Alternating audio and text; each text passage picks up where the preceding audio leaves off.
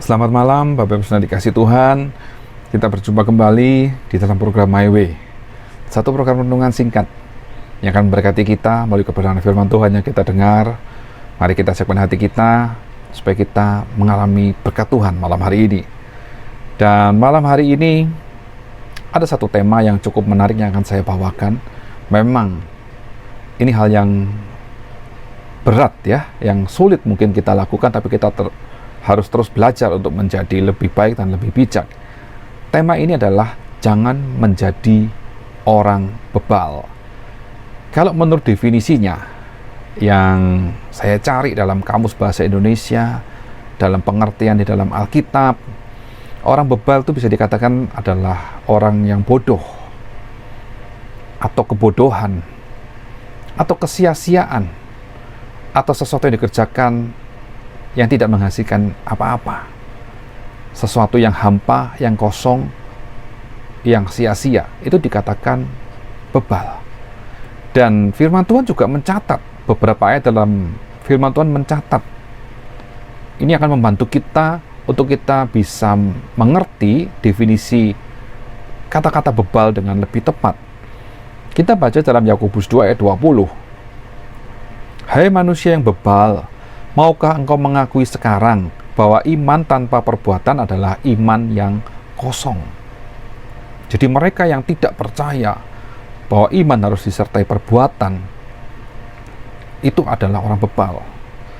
Karena kita bisa beriman, bisa percaya kepada Tuhan yang adalah Allah, Tuhan dan Juru Selamat, maka dari iman percaya kita itu akan menghasilkan perbuatan-perbuatan baik.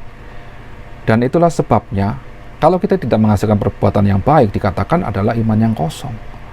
Iman yang kosong hanya dihasilkan oleh orang-orang yang bebal. Mereka hanya beriman saja, tapi tidak melakukan perbuatan yang baik, yang diperintahkan oleh Tuhan, melalui kebenaran firman Tuhan, yang harus kita lakukan sebagai manusia yang beriman, yang percaya kepada Tuhan. Lalu kita baca kembali di dalam Mazmur 53 ayat 2. Orang bebal berkata dalam hatinya, tidak ada Allah. Busuk dan jijik kecurangan mereka, tidak ada yang berbuat baik. Jadi orang bebal di sini adalah orang yang tidak mempercayai kepada Allah, yang berkata bahwa tidak ada Allah. Bukan hanya itu saja, tapi perbuatan mereka adalah perbuatan yang busuk dan menjijikkan. Artinya mereka melakukan banyak sekali kecurangan, kejahatan, yang dikatakan tidak ada perbuatan baik yang mereka lakukan. Inilah yang dikatakan adalah orang yang bebal. Kan orang yang bebal itu melakukan hal yang sia-sia, yang bodoh. Dan contoh lain lagi di dalam Amsal 18 ayat 7. Orang bebal dibinasakan oleh mulutnya. Bibirnya adalah jerat bagi nyawanya. Di sini dikatakan bahwa orang bebal itu akan dibinasakan oleh mulutnya, bahkan bibirnya akan menjadi jerat bagi nyawanya. Karena orang bebal itu mengucapkan kata-kata yang sia-sia, kata-kata yang hampa, kata-kata yang tidak baik, kata-kata yang sebetulnya merugikan diri mereka sendiri dan orang lain. Bahkan melalui kata-kata mereka bisa dibinasakan karena mereka melakukan atau memperkatakan hal yang tidak baik, tidak benar ya. Nah, di sini kita belajar dalam kehidupan bangsa Israel. Pada saat bangsa Israel keluar dari Mesir menuju ke tanah Kanaan, mengapa mereka sampai berada di dalam padang gurun selama 40 tahun? Karena bisa dikatakan bahwa bangsa Israel ini adalah bangsa yang bebal. Mengapa demikian? Mereka sering mempersalahkan Tuhan, padahal mereka sering ditolong oleh Tuhan. Mereka sadar bahwa mereka diselamatkan oleh Tuhan. Mereka berseru minta supaya mereka keluar dari perbudakan dari tanah Mesir. Tuhan mendengar dan menjawab, Tuhan menolong dengan cara Tuhan yang ajaib. Tetapi begitu mudahnya mereka berbalik dan mereka meninggalkan Tuhan, sehingga Tuhan pun seringkali murka dan menghukum orang-orang Israel. Banyak korban yang berjatuhan, ada yang mati dipakut ular, ada yang kelaparan, kena tulah dan hukuman yang lain.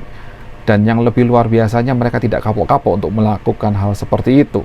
Dan inilah sebabnya dikatakan bahwa bangsa Israel adalah bangsa yang bebal. Lalu bagaimana dengan hidup kita? Apakah kita pun juga menjadi orang yang bebal? Kita mengaku sebagai orang yang takut Tuhan, tetapi hidup kita itu tidak menunjukkan bahwa kita adalah orang yang takut Tuhan. Takut Tuhan hanya sebatas perkataan di mulut kita saja. Jika kita benar-benar takut akan Tuhan, mengasihi Tuhan, mengapa di antara jemaat gereja ada yang saling menjatuhkan, saling memfitnah, saling menggosip, lalu iri hati satu dengan yang lain? Kalau kita takut Tuhan, kita tidak akan mungkin jadi orang yang seperti itu. Bahkan kalau orang-orang yang mengasihi dan melayani Tuhan dengan sungguh-sungguh, tidak mungkin mereka sebagai pengurus gereja, mereka mengambil uang gereja, melakukan korupsi, melakukan tindakan-tindakan yang tidak baik di dalam rumah Tuhan, atau sesama pelayan Tuhan, ada yang hitung-hitungan dalam pelayanan dengan Tuhan, ya, melakukan tawar-menawar dengan Tuhan. Apakah itu dikatakan orang yang takut Tuhan? Bahkan dikatakan kalau kita mengaku bahwa kita adalah orang yang mengasihi Tuhan dan takut Tuhan, pastilah kita juga akan suka mendengar khotbah yang keras, dalam arti kita mendapatkan pengertian dari firman Tuhan dan khotbah yang benar dan lurus. Tapi tidak sedikit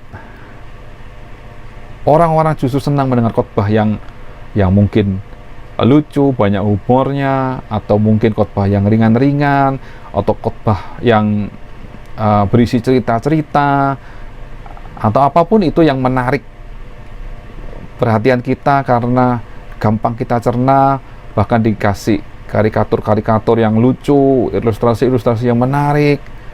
Ya, memang khotbah itu harus sampaikan dengan benar, khotbah harus sampaikan dengan baik supaya kita semakin mengerti kebenaran firman Tuhan.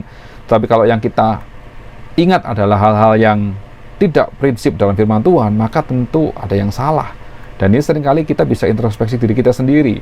Setelah kita pulang dari gereja, mungkin kita bertanya, apa yang menjadi khotbah hari ini?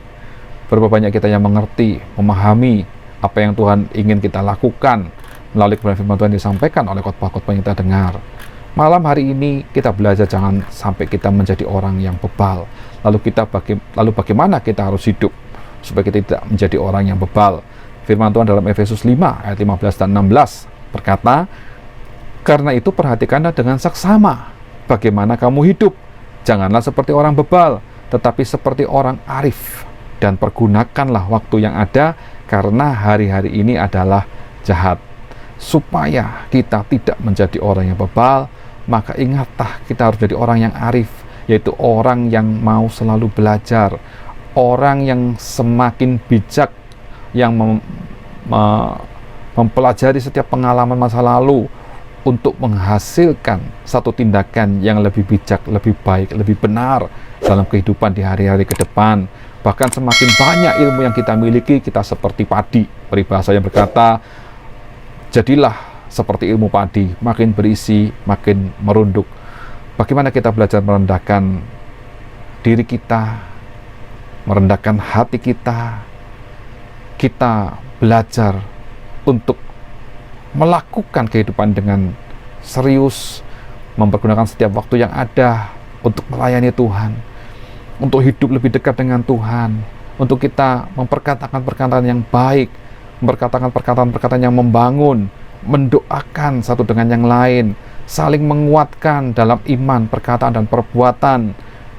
Bahkan kita hidup semakin bergaul karib dengan Tuhan. Itu artinya kita tidak lagi menjadi orang yang bebal, tapi kita menjadi orang yang arif, bijaksana, hidup dalam pimpinan Tuhan. Pergunakan setiap waktu yang ada, karena hari-hari ini jahat. Mari kita berdoa dengan sungguh-sungguh supaya Tuhan memakai hidup kita untuk mempermuliakan namanya. Puji Tuhan, malam hari ini saya yakin kita semua akan beristirahat dalam damai sejahtera Tuhan, karena Tuhan ada bersama dengan kita. Tuhan Yesus memberkati kita semua malam hari ini. Haleluya. Amin.